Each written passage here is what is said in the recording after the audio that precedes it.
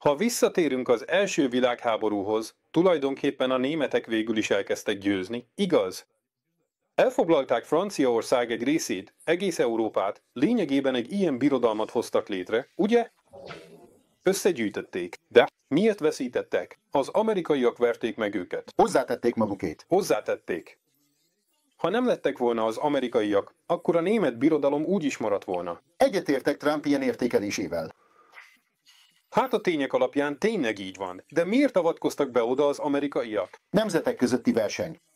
Vagyis nem akarták, hogy a németek megerősödjenek. Az első világháború idején nem akarták. Minden nemzet motivációja a saját nemzetének fejlesztése. Ez a legfőbb motiváció. A fejlődés magában foglalja a befolyás, a terület és minden más növelését. Ennek megfelelően a háború klasszikus példa, a korábbi politika folytatása katonai eszközökkel.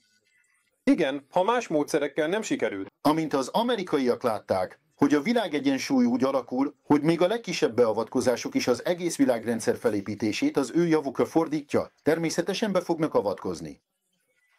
De miért volt útban nekik a német birodalom? Azért, mert a német birodalom. Elmagyarázom. Azért, mert a német birodalom, amikor túlságosan nagyra nőtt, vagyis ha legyőzte volna a Szovjetuniót, nos, Oroszországot, vagyis ha legyőzte volna az orosz birodalmat, az tulajdonképpen már egész Eurázia. Vagyis a császári német birodalom perspektívája már egész Eurázia volt.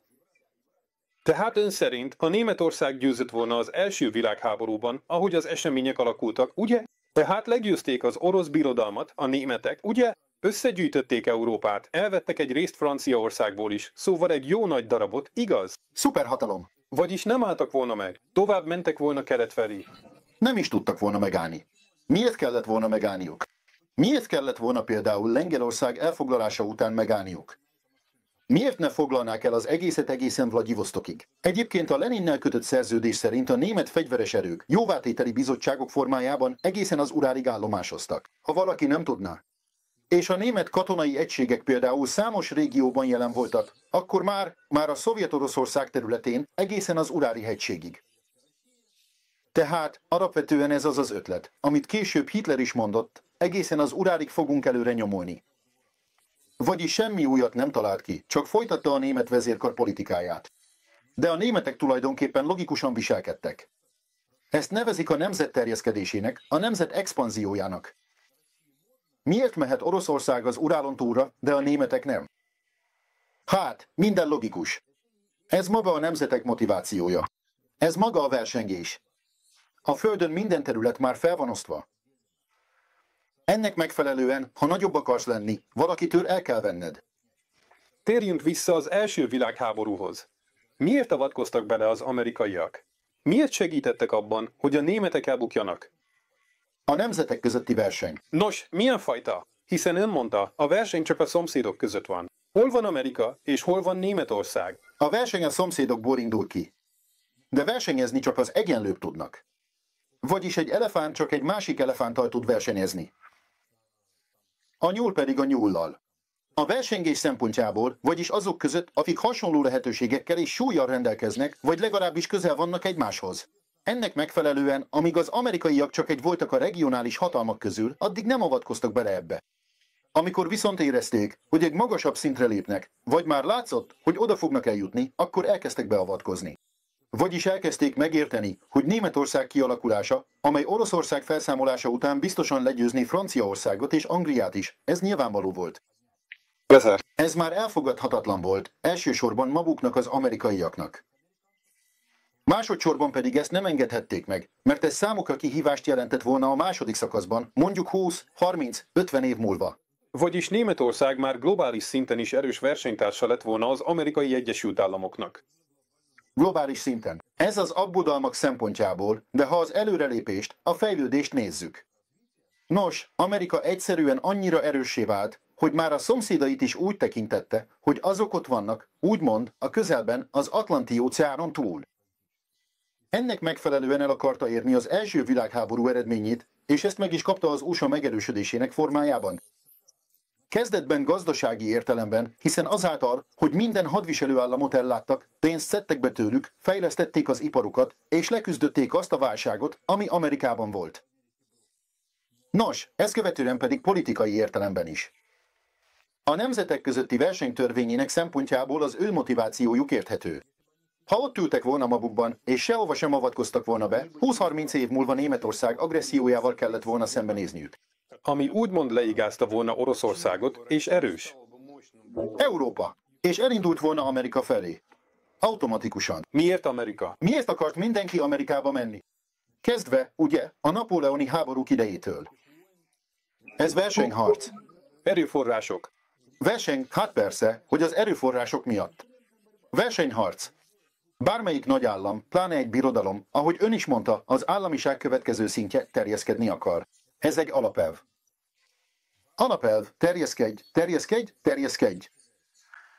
Amikor elfoglalod a helyedet, ahol fizikai határokat tudsz húzni, például ebben a régióban, Eurázsiában, akkor biztosan át fogsz nyúlni egy másik kontinensre is.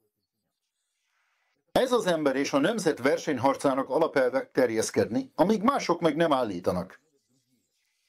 Vagyis addig fogsz növekedni, amíg valaki más, aki szintén növekszik, meg nem állít. És ez a pillanat, amikor az ambíciók találkoznak, jelenti az új határokat. Egy világháború formájában kiéleződő konfliktus eredményeként.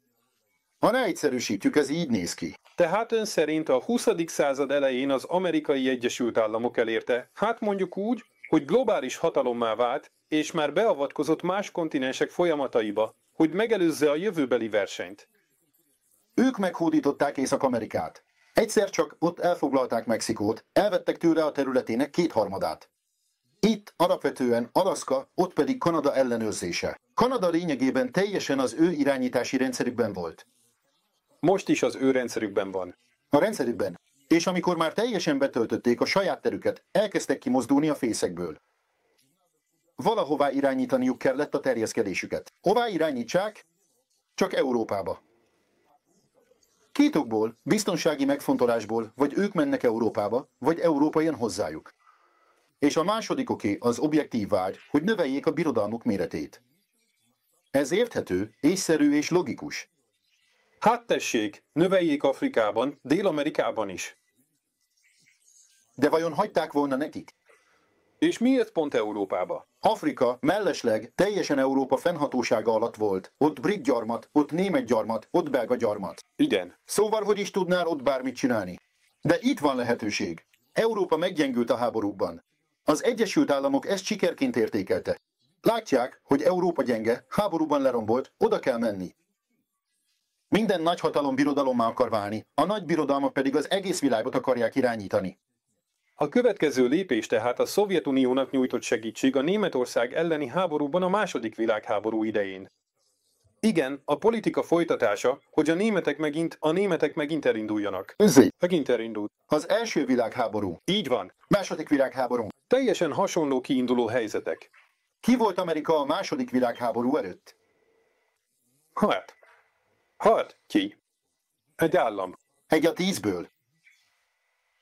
És ki lett Amerika a második világháború után? Igen, egy hatalmas erő, igen. Egy a 2-ből.